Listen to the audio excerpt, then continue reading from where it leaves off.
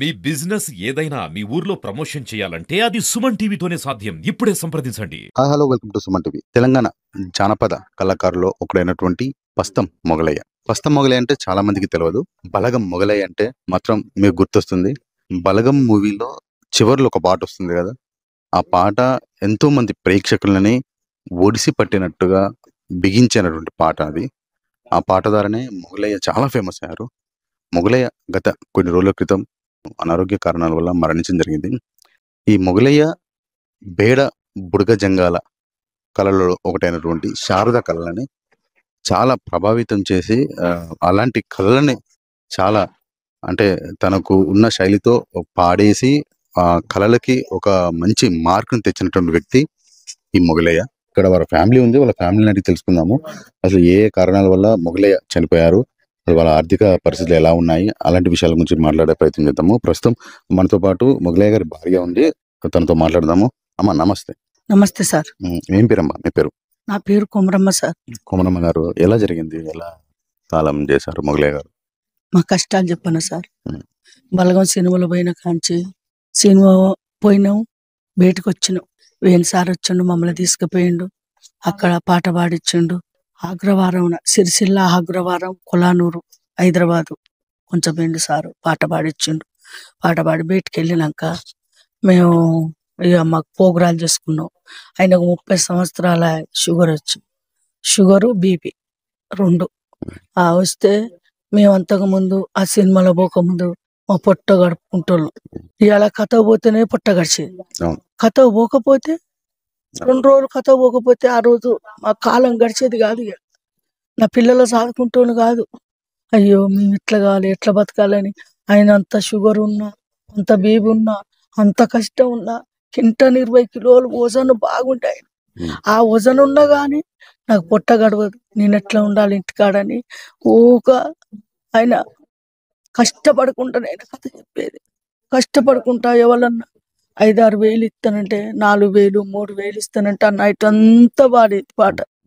ఆ నైట్ అంతా పాట పాడి వచ్చి మేము ఇవాళ ఆ నెలకు 10,000 ఆయనకు మందులు, సూదులు, ఒక్క రోజుకు 3 సార్ల సూదులు, షుగరు బీబీ, షుగర్ సూదులు, బీబీ సూదులు, షుగర్ సూదులు 3 సార్లు వేయాలి.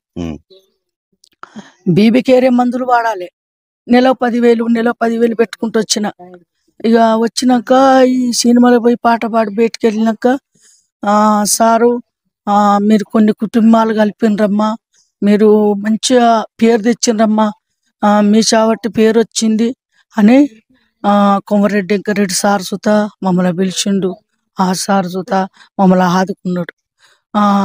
మమ్మల్ని ఎర్రబెల్లి దయాకర్ సారు, ఆ సార్ ఆదుకున్నాడు. వినోద్ కుమార్ సార్, ఈయనకు హార్ట్ ప్రాబ్లం వచ్చింది. అయితే ముందుగా హరీష్ రావు సార్ ఫోన్ చేసి ఆ బలగం మొయిలేయని ఆయనని బస్సుకు రావద్దు, ఆయన దుగ్గొండికి సమరాజ్ హాస్పిటల్ అంబులెన్స్ పెట్టిండు. ఆ సార్ అంబులెన్స్ పెట్టినాక రోజు వచ్చి దినం తప్పించి దినము కొంచెం పోయేది, మళ్ళీ తీసుకొచ్చి ఇక్కడ తోలిపోతే ఒకసారి హార్ట్ ప్రాబ్లం వచ్చింది. హార్ట్ ప్రాబ్లం వస్తే నిముసులు వేసారు sir. Harish Rao sir, Vinod Kumar sir, Errabelli Dayakar sir, KCR sir, KTR sir, సార్లందరికీ ధన్యవాదాలు. ఆ సార్లందరూ నన్ను అక్కడికి ఉంచబోయిండ్రు. ఆయనని నిమిషాల అది ప్రాణం మంచిగా చేయించిండ్రు.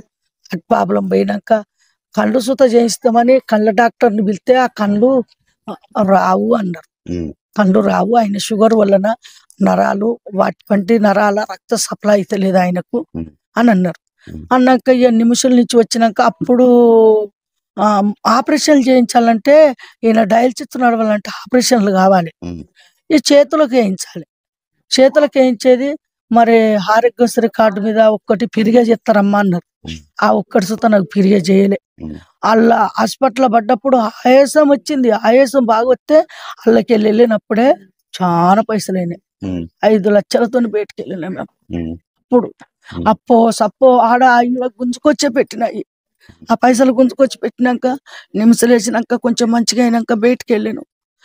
మళ్ళీ తీసుకొచ్చి ఇంటికాడ వేసిర్రు. ఇంటికాడ నిమిషంలో ఉంటే హరీశ్రా అది వినోద్ కుమార్ సార్ వచ్చి ఉమ్, సార్ ధన్యవాదాలు. ఉమ్, సార్ వచ్చి మొగిలే మొగిలే అని లేపిండు. లేపి మా ఇద్దరిని లేపిండు. మా కొడుకుని పిలుచుకున్నాడు. ఉమ్, మొగిలే నీకు మా పైసలు ఇత్తమగా ఖర్చు అయితే ఉమ్, నీకు కళ్ళు సుత పోయినాయి. కళ్ళు లేవంటారు నీకు. కళ్ళు చేపిద్దామంటే కళ్ళు రావంటారు.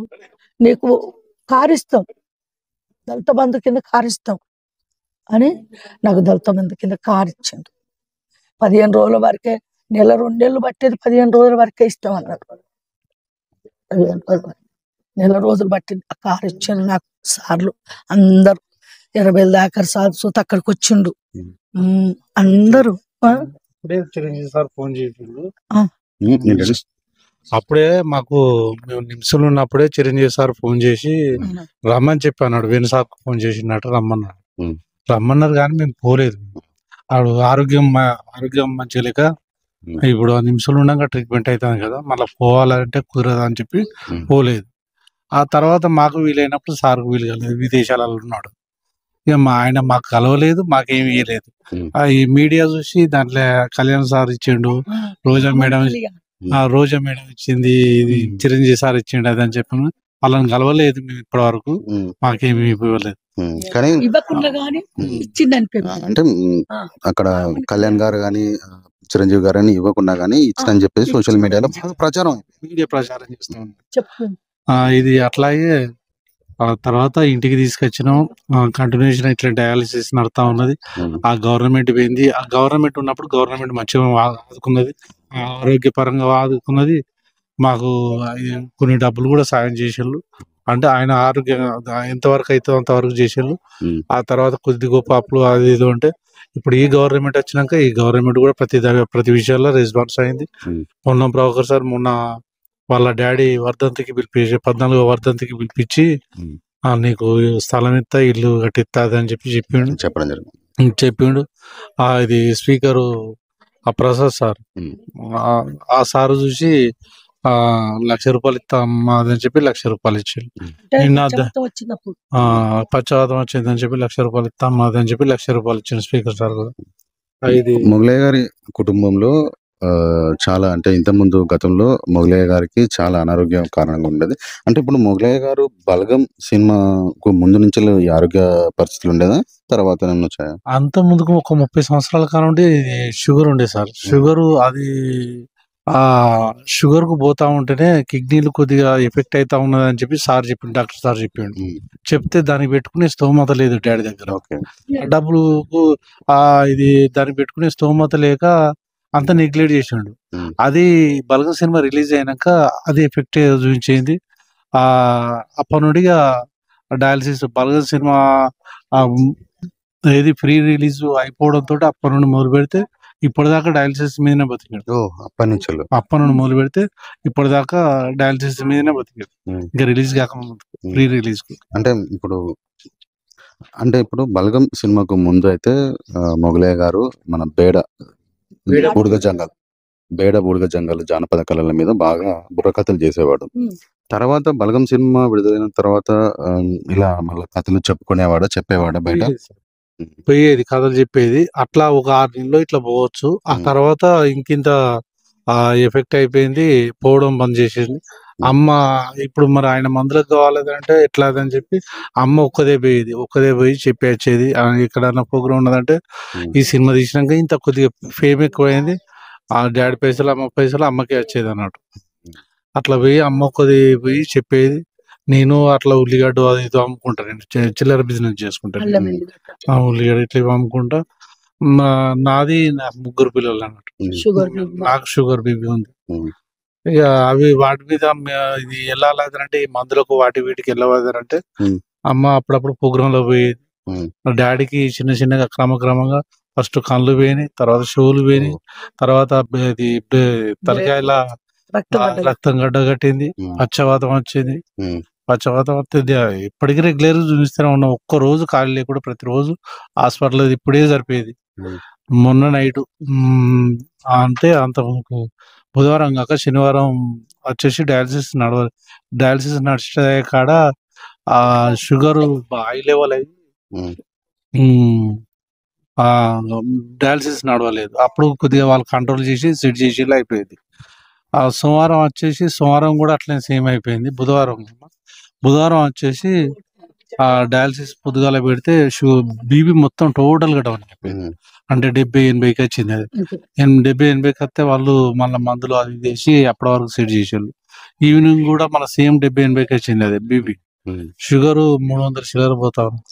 అయితే మళ్ళీ ఎట్లా అని చెప్పి అదొకటి ఇదొకటి మందులు ఇట్లా వేసినాం, సెట్ అయిపోయింది. తెల్లారి అట్లా 2-2:30కు డాడీ బాత్రూమ్ వస్తుంది అంటే అమ్మ తీసుకుపోతే అట్లే కూలపడ్డాడు కింద. కూలపడే వరకు ఏమైంది అని చెప్పి నన్ను లేపడంతో నేను వచ్చిన డాడీని పట్టుకుంటే బిడ్డ నాకు ఇట్లా లేపుతా ఉంటే మోసత్తాంది బిడ్డ అది అని చెప్పి అన్నాడు. మోసత్తాంది అది అని అంటే డాడీ మరి ఎట్లనే మరి హాస్పిటల్ పంప అని చెప్పి వాళ్ళు ఇచ్చిన కారు ఉందిగా ఎమ్మడే పట్టుకొని బయటికి తీసుకొస్తే నాకు దమ్ము మోస బాగుతుంది బిడ్డ అది అని చెప్పాను. అన్న కానీ ఏదో ఓర్చుకో బాపు మొత్తం చెప్పి అయితే హాస్పిటల్ ఉంటాం. మేము వరంగల్ కిరాయి తీసుకుంటాం. డాడీ పరిస్థితి మంచిగా లేదు కదా అని చెప్పి అన్ని కిరాయి తీసుకుంటాను. ఇది మోసత్తాంది అంటే ఓర్చుకో బాపు అది అని చెప్పి తీసుకొని కార్లో వేసుకొని హాస్పిటల్ కాడికి పోయింది. మాకున్న హాస్పిటల్కి అంత 2 కిలోమీటర్స్ ఉంటుంది. ఆడికి పోయినాక 5 మినిట్స్కే అది హార్ట్ బీట్ తక్కువైంది. 30కి వచ్చింది. అది హార్ట్ బీట్ 30కి వచ్చిందని చెప్పి ఇది ఎక్కువ అంటారు. దీన్ని ఎక్కువ పెట్టి చూసే వరకే గుండె మొత్తం కొట్టుకోవట్లేదు. ఒక్క పాయింట్ చిన్న దాంట్లో కొద్దిగా ఇట్లా అవుతుంది. అది అంటే వెంటిలేటర్స్ పెట్టిళ్ళు, అది పెట్టింది కాలేదు. ఇక కాకపోయే వరకే చనిపోయినది అని అంటే గేటికి తీసుకురావాలి. మరి వచ్చినాక దొంతి మాధవరెడ్డి సార్ వేరే వాళ్ళ పిల్లలకి ఇట్లా పంపించేసి డబ్బు సాయం చేసిండు. ఒక 50,000 పంపించేసి పొన్నం ప్రభాకర్ సార్ కూడా సాయం చేసి. తెలంగాణ జానపద కళాకారుల్లో ఒకరైనటువంటి పస్తం మొగలయ్య తను 3 రోజుల క్రితం చనిపోయారు. అయితే గతంలో బలగం సినిమాకు ముందు నుంచి తనకు షుగర్ ఉండేది. ఈ సినిమా తర్వాత అంటే ఆ తర్వాత ఏంటంటే తనకు షుగర్ ఎక్కువ అవ్వడం, ఆ షుగర్ వల్ల కళ్ళు కనపడకపోవడం, తర్వాత హార్ట్ తక్కువ అవడం, ఇలాంటి కొన్ని అనారోగ్య సమస్యలతో తను 3 రోజుల క్రితం చనిపోవడం జరిగింది. ఇక్కడ వాళ్ళ కొడుకు గారు ఎలా చనిపోయారు, ఎలాంటి పరిస్థితుల్లో ఉన్నారు అనేది కూడా చెప్పారు. ఇంకా వాళ్ళ భార్యని ఎంతోమంది మాట్లాడాము. వాళ్ళ ఆర్థిక పరిస్థితులు ఎలా ఉండే గతంలో. ఇప్పుడు అయితే మనం ప్రస్తుతం అయితే వాళ్ళ ఇంటి దగ్గర ఉన్నాము. ఇది వరంగల్ జిల్లాలోనే దుగ్గొని మండలంలో. ఇక్కడ వారి యొక్క సొంత గ్రామము మరియు సొంత ఇంటి దగ్గర ఉన్నాము. వాళ్ళ ఆర్థిక పరిస్థితులు ఎలా ఉండే గతంలో అలాంటివి కూడా మాట్లాడతాము. చెప్పండి. ఆయనకు ఈ డయాలసిస్ నడవాలంటే అప్పుడు ఫస్ట్ షుగర్ బీపీ వచ్చినప్పుడు కిడ్నీల గురించి కిడ్నీల సార్ దగ్గర పోతే ఆ సార్ అన్నాడు కదా, ఆ అమ్మ ఈయన కథలు చెప్పొద్దు, కథలు బంద్ చేయాలంటే సారు కథలు బంద్ చేస్తే మాకు మందులకి ఎట్టు వెళ్తుంది సారు, మాకు ఎద్దు లేదు, వ్యవసాయం లేదు, భూమి లేదు సారు, మాకు పొలం లేదు, చెలక లేదు, మాకు ఏం లేదు సార్, మా రెక్కల మీద బతికే సారు. కథకు పోయిన రోజే కడుపు నిండా తిండి, కథలు లేని రోజు కథలు ఒక 10 రోజులు రాకుంటే కడుపు ఎండుకొని పండు కూడా సార్, మా బతుకు లేదు సార్ అని అంటే అది నీ ఇష్టము. ఆ కిడ్నీల మీద పడుతుంది, మొత్తం కిడ్నీలు ఖరాబ్ అవుతానే, కిడ్నీలు ఖరాబ్ అవుతానే, మందులు వాడు అన్నాడు. అంటే ఇటు షుగర్ మందులకు 10,000, కిడ్నీల మందులకు 10,000 అవుతాయి. ఒక్క నెలకు 20,000 పెట్టాలంటే నేనేం పెట్టగలుగుతా అన్నా. అయితే కథ కన్నా పోదాం అయిపోతేనే ఇటు నెలకు 20,000 అని 1 నెల 2 నెలలు తీసుకునే వారికి వెళ్తలేవు. ఇక వెళ్ళకపోతే ఆ కిడ్నీల మందులు చూస్తే వాడలేదు సార్. అప్పుడు అంత చాలా దీనమైన పరిస్థితిలో ఉన్న వాళ్ళు అన్నమాట మొగలయ్య వారి కుటుంబము. ఇక్కడ మొగలయ్య వారి కూడా చెప్పేది ఏంటంటే చాలా కింది స్థాయి నుంచి వచ్చారు. కథలు చెప్పుకుంటేనే ఆ రోజు పూట గడిచేది. అలాంటి కథలు చెప్పుకొని బతికేది. తర్వాత కొన్ని అనారోగ్య కారణాల వల్ల డాక్టరు ఆ కథలు చెప్పొద్దు అని చెప్పినా కూడా మేము ఇది చెప్పుకుంటేనే మేము బతకగలుగుతాం అని చెప్పుకుని కూడా చాలా కష్టంతో తను పూట గడవడానికి తను కథలు చెప్పుకొని తన భార్య ఈ కుటుంబాన్ని పోషించేవాడు. మీరు స్వగ్రామం ఇదేనమ్మా? మీది సొంత ఊరు. ఎన్ని సంవత్సరాలు? ఫస్ట్ కేశాపురం ఉండే మా మామ వాళ్ళు బతికింది కేశాపురం. ఎక్కడ కేశవపురం? అంబాల కేశాపురం. వరంగల్. అయితే అక్కడ ఉండేటోళ్ళమే ఇక్కడ బతుకుతానికి వచ్చినాం. ఇక్కడనే ఇదే ఇల్లు అప్పుడు కొనుక్కున్నా. ఇగో ఈ ఇంట్లోనే ఉన్నాయి. ఇక నా కొడుకు నా బిడ్డ అందరు ఇళ్ళనే పుట్టిండ్రు, ఇళ్ళనే పెద్ద పెరిగిండ్రు, ఇళ్ళనే బతికినాం. మా కొడుకుని చూత ఎక్కువ చదివేయాలి, మా దగ్గర డబ్బు లేక పైసలు లేక మా కొడుకుని చూత చదివించుకోలే. ఒక్క కొడుకుని చదివించి మాకు డబ్బు ఉంటే చదివించి ఎంతమంది మా పిల్లలు? ఒక్క కొడుకు ఒక కొడుకు, ఒక బిడ్డ ఒక బిడ్డ, ఒక కొడుకు, ఇద్దరు పెళ్లిళ్ళు అయిపోయినాయి. అయిపోయింది. అంటే మీరు అంటే వ్యవసాయం మీద ఏం లేదు, ఏం లేదు సార్, మొత్తం కళల మీద కళ బతికేది. మీదనే బతికినాం. ఆ, ఎక్కడి పోయినా కళ మీదనే బతికినాం సార్. రెక్కలు కొట్టుకుంటేనే బతుకుడు. అంటే ఎక్కడ పాటలు పాడాలి లేకపోతే ఎక్కడ జానపద కళలు వేయాలంటే ఆడికి వెళ్ళేది.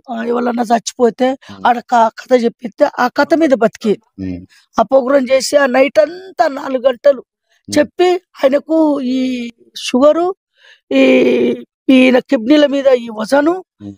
ఆసక ఈ కథ చెప్పి అయిపోయినాక మస్తు బాధపడేది సార్. అంటే కూర్చొని చెప్పేది కదా, నిలబడు. నిలబడి చెప్పాలి, కూర్చొని చెప్తే ఎవరు ఇస్తారు మాకు పైసలు? నువ్వు కూర్చొని చెప్పినావు, నీకు ఇస్తాం ఆ పైసలు అంటారు. ఓ. నిలబడి మళ్ళీ అంత వజన్ ఉన్నా కానీ ఎగురుకుంటే చెప్పేది ఆయన కథ.